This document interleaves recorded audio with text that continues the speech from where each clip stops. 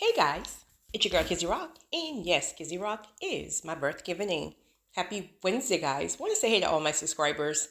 New as well this season. Got a word for you. Tap in. Actually, I do not have a word for you. That is the untruth. But I would like your opinion on something. Keep in mind, this is a very fun, light recording. So there is no right, there is no wrong. It is truly based on opinions because we all have different perspectives. We all have different things that we've experienced in life. We all have different childhoods.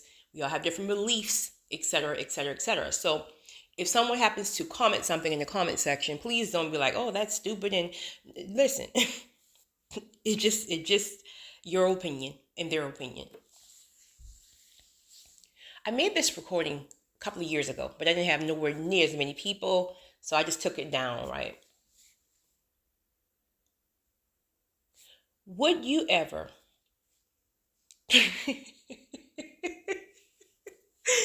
would you ever consider getting married or being married, you're currently married, but living in separate households?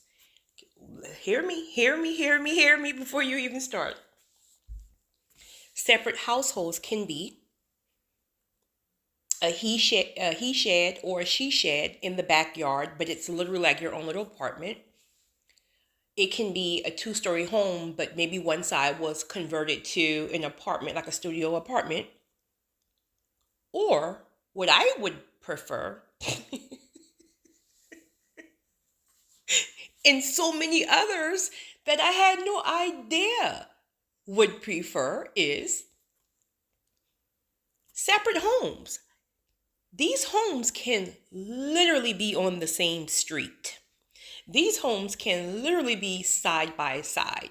Preferably not, preferably on the same street. They're both your homes, so you go and come as you please, right? You have keys, so nobody's like hiding anything or trying to be sneaky or like shisty, right? So you still go and come as you please because it's your home, but you have your own personal separate space. So as you guys already know, should know by now that I'm cut from a different cloth. I'm actually beating my own drums. I don't follow society norms and standards. Whatever works for me is what I do, right? So when I had this thought process some years ago, I thought I was the only one in the world. I thought I was insane, right? But I didn't care because I'm just me, right? So I happened to Google it. And when I Googled it, married but separate homes, it blew my mind on how many people agreed to this or wanted this or currently doing this. So eventually I got led to like this forum. It's like a forum of like everybody who's either doing it or want to do it. I think there are like 5,000 people in the forum. So you can like read everybody's comment or whatever. But there was this one story that stuck out to me more than anything. It was from a couple who were in their, I think they were in their early 60s. And she said that when they got married, I think in their 20s or either early 30s, and she said that it was the worst marriage, quote unquote, the worst marriage ever. They were down each other's neck. She hated him, like they were just, and so they actually divorced. So after the divorce, of course, life goes on. She got her place, he got his place, whatever, whatever. And then they started seeing each other again, I think like in their early 50s. And of course, the children are now grown, but they decided to remarry, and they decided to keep their homes separate, the homes that they purchased during the divorce. I think they were in a major city, so it required him. Now, I don't think I would. I would. It required the husband when he does leave her house daily to get on the city bus, because I think they were like in New York or some type of big city where that's the norm as far as transportation is concerned. I just think that's too much of an inconvenience, but for me, right, I'll feel bad. Like, all right, time to go home, sir. I don't want you to get on the bus, right? I just want you to just walk 5 houses down or something. And they both said, that their marriage now, and she said it's not because the children are grown, because they're very involved in their grandkids' life and the grandkids are always there, but it's because they're not constantly clashing because of certain things within the household. They're not overcrowding each other. They're not trying to force one to join me and do this today. Can you go shopping with me? And men don't really, most men don't even, well, let me leave that alone. I think men just kind of come along with shopping because that's what we want them to do. But to just stand there and see us go through dresses and, is this cute? Do you like this color? Ciao. They just take one for the team. That's all. Some. So as I started to read further, it was mind-blowing on how many people say that they decided to do that, currently married, but they decided to do it because they were clashing so much, and how the marriage is so fulfilling now. It's exciting again. It's refreshing. It's this, it's that, it's this, it's that. And then, of course, you had people who were opposed to it, which, again, I'm sure some people here will be opposed to it as well. So I was reading these people comments in all fairness, and it really kept going back to a couple of things. One was, wait a minute, somebody's cheating. Somebody wants to cheat. Right? Somebody wants to cheat. Somebody wants space just to cheat, right? Also, it kept going back to, that's not biblical in the sense of how marriage is supposed to be. Or there are some people who say things like, well, I can see that, but I can understand that, but that's just not a marriage, right? So again, everybody have their own perspectives with it. So I was talking to my dad about this, right? We were talking about this. So I brought this up to him, the same topic. And he paused for a long time, right? Keep in mind, my dad is a man of God, right? He paused for a long time. And he's like, baby, I just don't see where it makes sense. Because first of all, how are you going to afford? If you're married, you wouldn't really be able to afford two houses. And I was like, well, I just guess that depends on the people who's in the marriage, right? And then again, keep in mind, the separate home don't have to be another. It can literally be a conversion within the first house, but it's separate. And I get to shut a door when you're getting on my nerves. So there's a whole kitchen over here. There's a whole bathroom over here, right? There's some stairs. Just listen. Ring my doorbell, please, sir, if I'm mad with you. I'm just joking right there. So I said, Dad, please hear my heart here, right? Because I'm not trying to be disrespectful here. But sir, you were married 3 times, right? Respectfully. Can we go down the list? And I'm trying to really understand. I'm not like trying to be judgmental. I really want to understand something because I want to make a point. For each wife, including my mom, can you tell me what was the demise? What caused the issues, and that eventually was the demise of the marriage? So with each individual, everything kept with one with one, he admitted his fault and that's not being the great husband, right? But for the most part, the majority things were, she just wasn't cooking. She thought I was a perfectionist and I like things a certain way, right? I like the cabinet to be like this. When I wash dishes, I like to have the sink dried off. She would have the sink wet because, I would make up a bed this way. She would make the bed that way. And then she would get upset because I told her that's not how you make a bed. Everything reverted back to something within the household. Well, I like people who speaking about him still speaking, I like people who fold clothes the minute it comes out of the dryer, where she would let the clothes dry and just get to it the next day. Well, on that note, right? Do you see my point here? Because what happens is, Again, there's no right or no wrong. It just, we all were raised different. So, okay, you were raised to put the toilet paper on facing this way, right? I was raised this way. You were raised to make your bed the minute you wake up. I was raised, I'm not speaking about me, trying to make a point here. I was raised to just get to the bed whenever you get to it. I mean, truth of the matter is, not a big deal because you're really going to go back in there tonight anyway. So if you happen to miss a day, that's fine. Where it will freak some people out.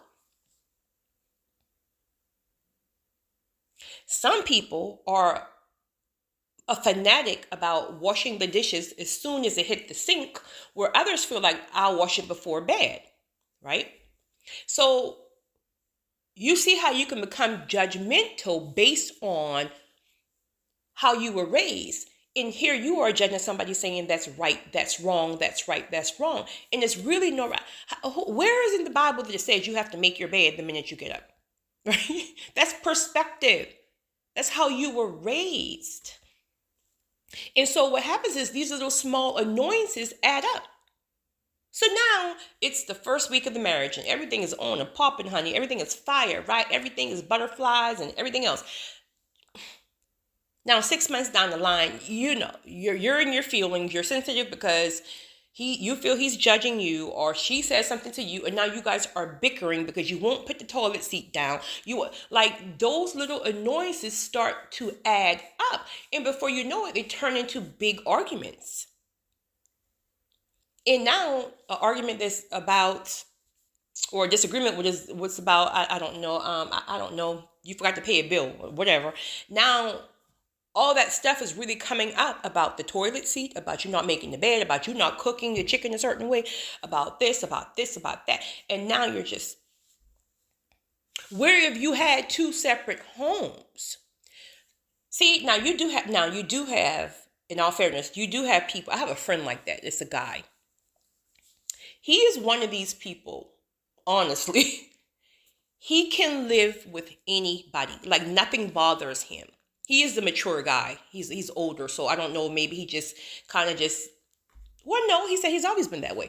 But he's the person who can literally live with anybody. Nothing bothers him. He don't allow small annoyances to bother him. His whole outlook is just, listen, I'm just happy to be alive, right? I'm not worried about no laundry. I'm not worried about this. Listen, right? I mean, those people are a joy to be around, right? So you can live around people like that. But I'm speaking about people who are anal. People who just can't understand the concept that, again, we all are different based on our experiences. So instead of recognizing that something is not wrong, if you will, but just not your way. But if it annoys you and you're sitting at home trying to hold everything in, you're annoyed, but you don't want to say anything because you don't want to rub the person the wrong way and you're holding all that stuff in. You're holding everything. Everything's getting on your nerves and you're holding all that stuff in. When that first argument happens. So I was talking to an associate of mine. We were getting our nails done, actually. And she just got married probably like 8 months ago. She actually met her spouse on a dating site. Dating site is not my thing, but I'm just throwing that out there for any of you guys because I know some people are like against dating sites, but I guess you just have to be careful on it. But she met a great guy. So because it's only 8 months, right? They're in that newlywed stage, and when she speaks about him, it's still the smiles, and she's like, Kizzy, I just wish everybody would get it. When you wait on God, when you do it like she had been married prior and had children from another husband, and she said it was hell on wheels because God was nowhere involved. So this guy here is a guy who she waited for God to send, and when she speaks about it, like it's like she is so happy. All you see is teeth, right? Because they're only 8 months in, right? And then she said, Kizzy, God sent me there's no perfect people, but I would say he is just perfect for me. But there's just one thing. And I said, what is that? She said, he is messy. He is messy. He is messy. She said, I'm not an OCD personality, but I'm very, very organized. And I like things to be a certain way on my countertops. So she said he would be the one to go in there and make a sandwich, and there's crumbs all over the countertops. And so she said she doesn't say anything because it's like, it's a new marriage and she don't want to seem like the nagging wife. But she said it is driving her insane, and she's feeling like this thing just developing within her, like he about to turn me off, right? So I said, sis, have you been like up on this modern day thing where people are like, so I was talking to her about the forum, and she said, you know what? I never thought of that. She said, I never thought of that. But ideally, I would rather that than these small annoyances get to the point where we end up, bickering and going through whatever, all based on he wasn't taught to wipe off countertops.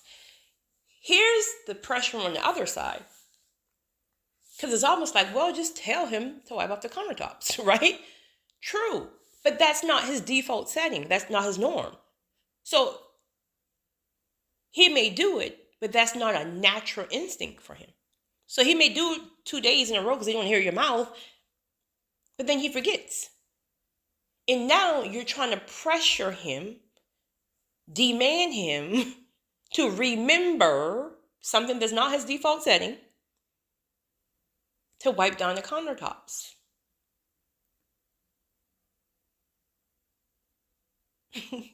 So she was like, I definitely wouldn't want the 2 houses, but I will definitely consider, not saying she's going to consider that, but I would definitely consider the the upstairs basement type thing where there's a separate door, there's a bathroom or whatever. Now keep in mind, again, in either way, let it be the basement apartment, the she shed, the he shed, the house on the same street, the house 5 miles down the road, it's still the same thing. You're still with each other all the time. You still have access in and out. It's just that you have your own personal space. So if after 3 days of you being here and now my clothes getting on your nerve because there's no room for your clothes, or because makeup is maybe on the countertop and you want your aftershave, like if it starts getting annoying like that, sir, please go home. I'll see you in the morning when you bring my coffee, please, sir. I'll see you in the morning when you bring my coffee. So before I start getting on your nerves and you get on my nerve and we're bickering, just go home. Or I'll go home. Right? To those of you who have spouses who snores. And I know I've heard a lot of people say too, like, no, just separate bedrooms. Well, that's fine too. Again, if the living in the same spaces don't bug you, that's not everybody now, right? Some people are just like, they can live with anybody and they're happy with their spouses. And then when you're together for a long time, I think you just start to really take to each other ways and you understand what bugs each other. And so you kind of learn over time, if you will. But there are some people who feel like, well, we don't have a problem living in the same space. It's just that the bedroom space, he snores. He sounds like a Mack truck. Right? I'm trying to sleep. I gotta get up 7 o'clock in the morning, and you all in my ear, sir. I bought you the nasal scripts to help with your snoring. You won't put it on. Where's your APAP machine, sir?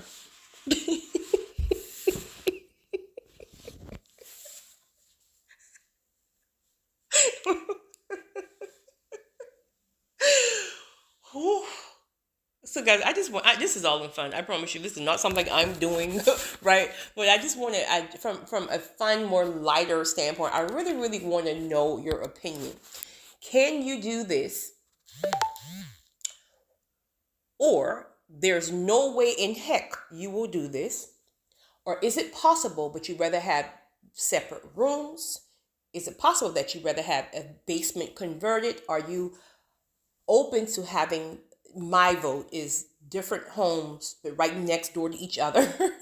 Or you might be 2 homes that I don't care if it's 50 miles away or next state over. Now the next state, right. I do like my own personal space at times. Again, many introverts and empaths do. You kind of just need to, but that's not like a whole day, right? That just, I need to go in the corner somewhere and just let me be, right? Where some people again are extremely overly affectionate to my very very affectionate people, you probably wouldn't even consider that, right? Because you got to have a leg on somebody, a hand on somebody. Oh, please just move over for 5 minutes and come back in 10 minutes. I would love to hear your opinions on this. Seriously. You guys have a great one. It's your girl, Kizzy Rock.